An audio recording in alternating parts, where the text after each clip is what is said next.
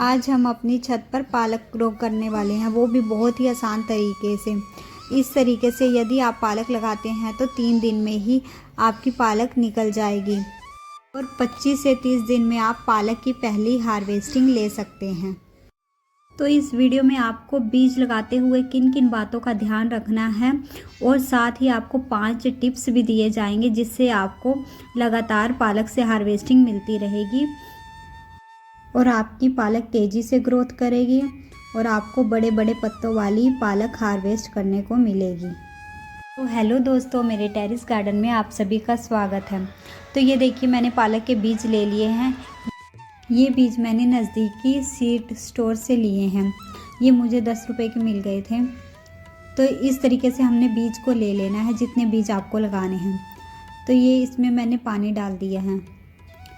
इस तरीके से हम बीज को पानी में भिगोकर 1 दिन के लिए छोड़ देंगे। ये मैंने शाम को भिगो दिया, नेक्स्ट डे मैं इन बीजों को लगाऊंगी। तो आज हम पालक के बीज लगाने वाले हैं। तो ये देखिए, कल मैंने इसको भिगो दिया था, आज हम इसको लगाएंगे। यदि आप इस तरीके से लगाते हैं तो आपके बीज जल्दी निकलेंगे और आपको जल्दी हार्वेस्टिंग मिलेगी। तो पालक के बीज को आप छोटे बड़े गमले किसी में भी लगा सकते हैं। मैं आपको प्रूफ दिखाऊंगी कि कितनी अच्छी ग्रोथ होती है छोटे गमले में भी। तो आज हम इसे वेस्ट पड़ी चीज़ों में उगाने वाले हैं। तो ये 3 से 4 इंच की कम से कम हाइट होगी। इतनी थोड़ी मिट्टी में भी इतनी अच्छी पालक ग्रोथ करके बताऊंगी आपको।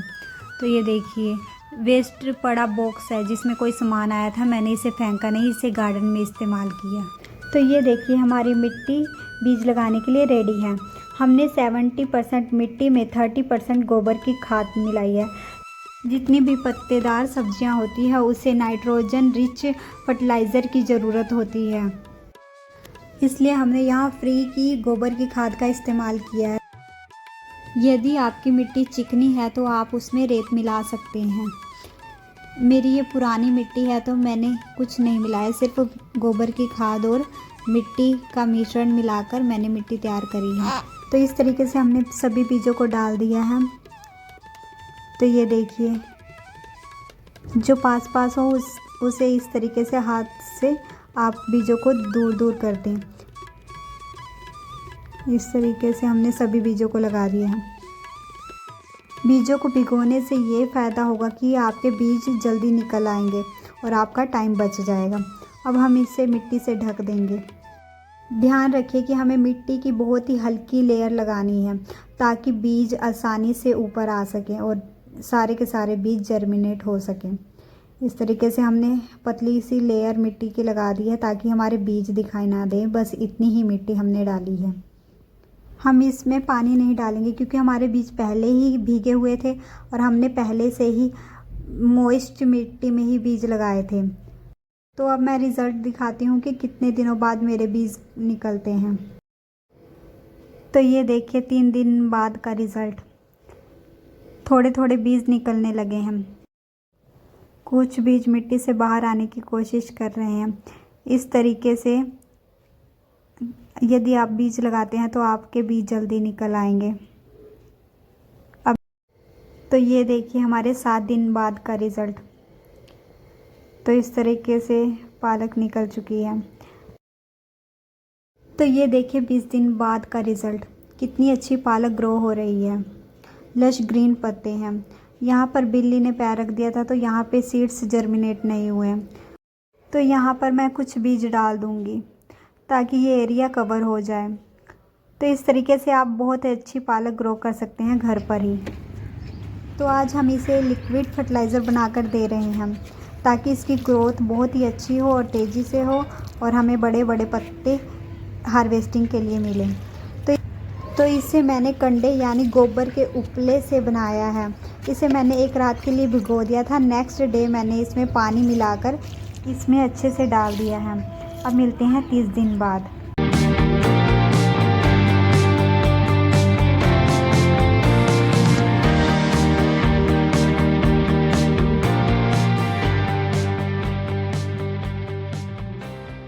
तो आप देख ही सकते हैं कितनी हेल्दी पालक ग्रो हुई है, वो भी बिना किसी खर्च के फ्री की चीज़ों का इस्तेमाल करके।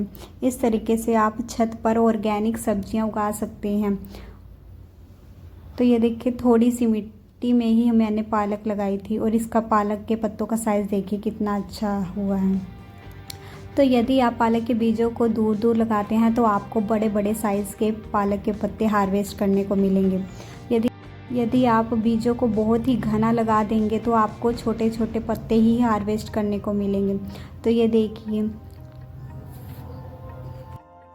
ये देखिए हार्वेस्टिंग टाइम, मेहनत का रिज़ल्ट। थोड़ी सी मेहनत और इतनी अच्छी हार्वेस्टिंग हमें मिली है। हम पूरा हार्वेस्ट आपको करके दिखाते हैं। इस हार्वेस्टिंग का वीडियो रिकॉर्ड नहीं कर पाए क्योंकि मेरे आने से पहले ही मेरी मम्मी ने हार्वेस्टिंग स्टार्ट कर दी थी। तो अब मैं आपको दिखाऊंगी कि मुझे कितनी हार्वेस्टिंग मिलती है और इसके केयर टिप्स भी बताऊंगी। तो आप अपने नज़दीकी सी स्टोर से पालक के बीज ले सकते हैं। 10 रुपये का पैकेट आपको मिल जाएगा। इससे भी आपको बहुत ही अच्छी हार्वेस्टिंग मिलेगी और 10 रुपये के पैकेट से आप 3-4 बार पालक लगा सकते हैं। यदि आपको पैकेट नहीं मिलता तो आपको इसके खुले सीड्स भी मिल जाएंगे नज़दीकी सी स्टोर से, उसे भी आप लगा देंगे, उससे भी बहुत अच्छा रिज़ल्ट मिलता है। सिर्फ एक बार आपको इसके बीज खरीदने की ज़रूरत है, उसके बाद अपने आप ही आप घर पर इसके सीड तैयार कर सकते हैं।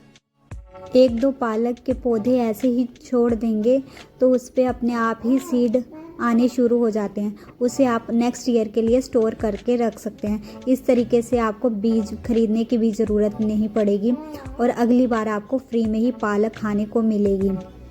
यदि आप कोई सामान मंगवाते हैं तो यदि उसमें थर्माकोल के इस तरीके के बॉक्स मिल जाते हैं तो आप उसको फेंकने की बजाय गार्डन में बहुत ही अच्छे तरीके से इस्तेमाल कर सकते हैं और इसमें अलग अलग तरह की सब्जियां लगा सकते हैं।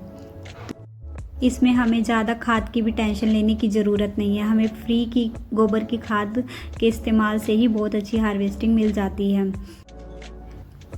तो यदि आप महीने में एक बार लिक्विड फर्टिलाइज़र बनाकर दे देंगे तो आपको लगातार इससे हार्वेस्टिंग मिलती रहेगी।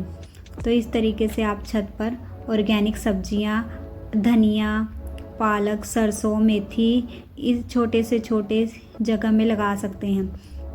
अभी भी आप पालक को अपनी छत पर आसानी से ग्रो कर सकते हैं। इस तरीके से बीच बीच में देखो हमें बाथू भी हार्वेस्ट करने को मिल रही है। इसके बीज मैंने पिछले साल इसी बॉक्स में ग्रो किए थे और ये अपने आप ही, इस बार मैंने बीज भी नहीं डाले, अपने आप ही ग्रो हो रहे हैं पालक के साथ ही।